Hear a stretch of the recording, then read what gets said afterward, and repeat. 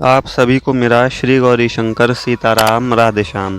श्री गौरी शंकर दरबार में मैं सुयश अग्रवाल एक बार फिर आप सभी का स्वागत करता हूं। सभी को प्रणाम, नमस्कार और प्रेम भरे हृदय से वंदन।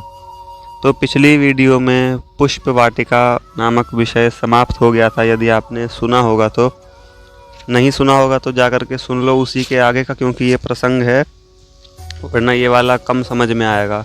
खैर, तो अब इस वीडियो में प्रसंग शुरू होता है, विषय शुरू होता है जिसका नाम है रंगभूमि।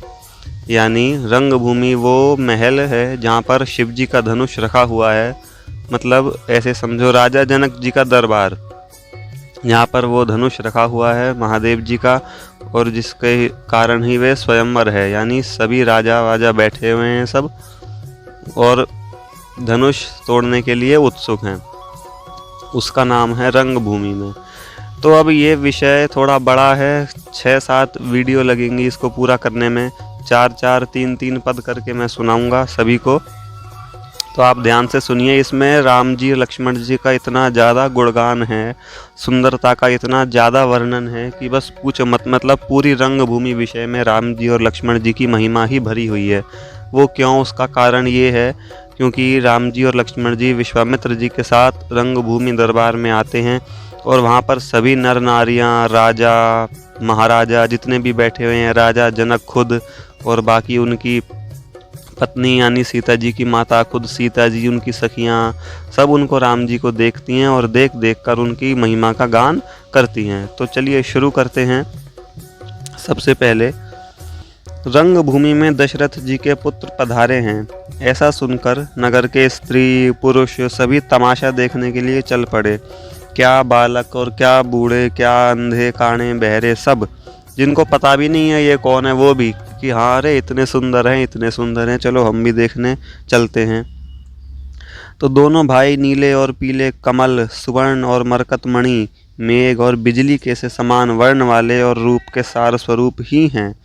वे स्वभावतः ही सुंदर, उनके राम और लक्ष्मण ये मनोहर 2 नाम हैं, और जैसे सुने गए थे वैसे ही राजकुमारों में सिरमौर हैं। यानी जिन्होंने अभी तक देखा नहीं था, सिर्फ उनकी प्रशंसा ही सुनी थी, वे कह रहे हैं अब देख करके कि हाँ जैसे हमने सुने थे ये वैसे ही हैं। उनके चरण कमल के समान हैं, उनकी जंघा कटी प्रदेश बड़े सुंदर हैं, उनके कंधे विशाल और भुजाएं बड़ी बलशालिनी हैं। वे अति सुंदर तरकश कसे हुए हैं उनके कंधे पर, और उनके कर कमलों में अति मनोहर और कठोर धनुष बाण शोभित हैं। उनके कानों में सोने के कुंडल, गले में सुंदर यज्ञोपवीत और शरीर में अच्छे अच्छे छोरों वाले पीताम्बर सुशोभित हैं। उनके नयन कमल के तथा मुख चंद्रमा के समान हैं, और नख से लेकर शिख तक प्रत्येक अंग में ठौर ठौर पर ठगौरी है। यानी इसका मतलब समझो, देखो कितनी गहरी लाइन है। तुलसीदास जी ने क्या लिखा है कि प्रत्येक अंग में ठौर ठौर पर ठगौरी है। इसका मतलब क्या है कि प्रत्येक अंग चित्त को ठग लेने वाला है। यानी जो समझ जाएगा उसे बड़ा मज़ा आएगा। चरणों से लेकर सिर की चोटी तक भगवान का हर एक अंग ऐसा है कि जहाँ पर चित्त लग जाए, जहाँ पर आंखें टिक जाए, बस वही अंग हमें ठग लेता है, वहीं पर चित्त लग जाता है। खैर आगे बढ़ते हैं। तो सभा श्रेष्ठ सरोवर के समान है, ऐसा मानो वहाँ एकत्र हुए लोग कमल के समान हैं। वे राम रूप सूर्य को उदित होता देख मन में आनंदित होते हैं। और अज्ञानी जो लोग हैं वहाँ पर, ऐसा नहीं है कि राजा जनक के दरबार में सभी शांत और सभी स्वभाव से सुंदर लोग आए थे, ऐसा नहीं है। सभी ज्ञानी आए थे, बिल्कुल भी नहीं। रावण भी तो आया था। तो खैर, अज्ञानी और जो द्वेष मानने वाले राजाओं के चित्त हैं, जिनमें कुछ उल्लू के समान हैं, वो मैले हो रहे हैं। तो भगवान राम जब भाई से बातें करते हैं तो विश्वामित्र जी से थोड़ा सा सकुचाकर और मेघ के समान गंभीर शब्द बोलते हैं, और ज़्यादा नहीं बोलते। अगला पद कि पुर की नारियाँ कहती हैं, जो विश्वामित्र मुनि के साथ आए हैं वे राम लक्ष्मण ये ही हैं।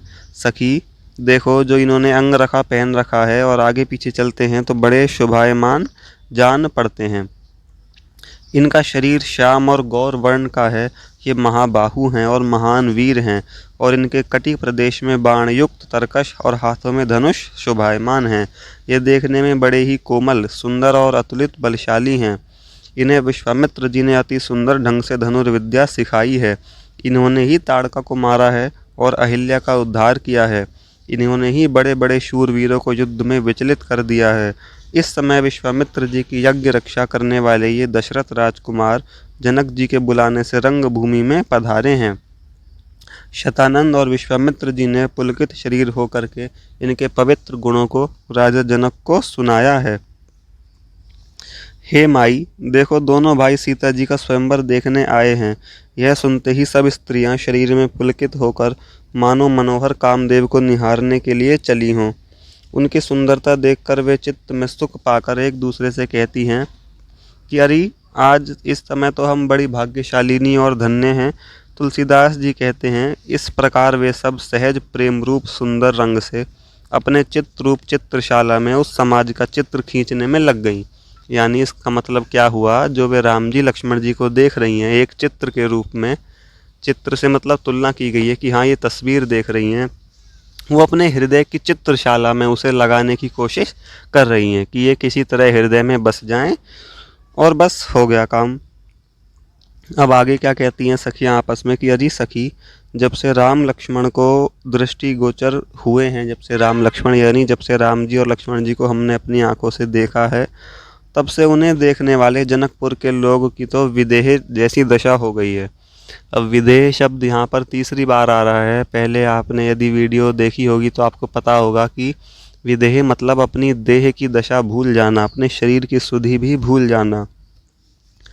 तो इसी समय धनुष यज्ञ की सुरम्य भूमि में कौतुक से ही दोनों भाई आ खड़े हुए, मानो छवि रूपी देव सभा से कामदेव के दो मनोहर कल्प वृक्ष सौंदर्य रूपी फल से फलित हुए हों।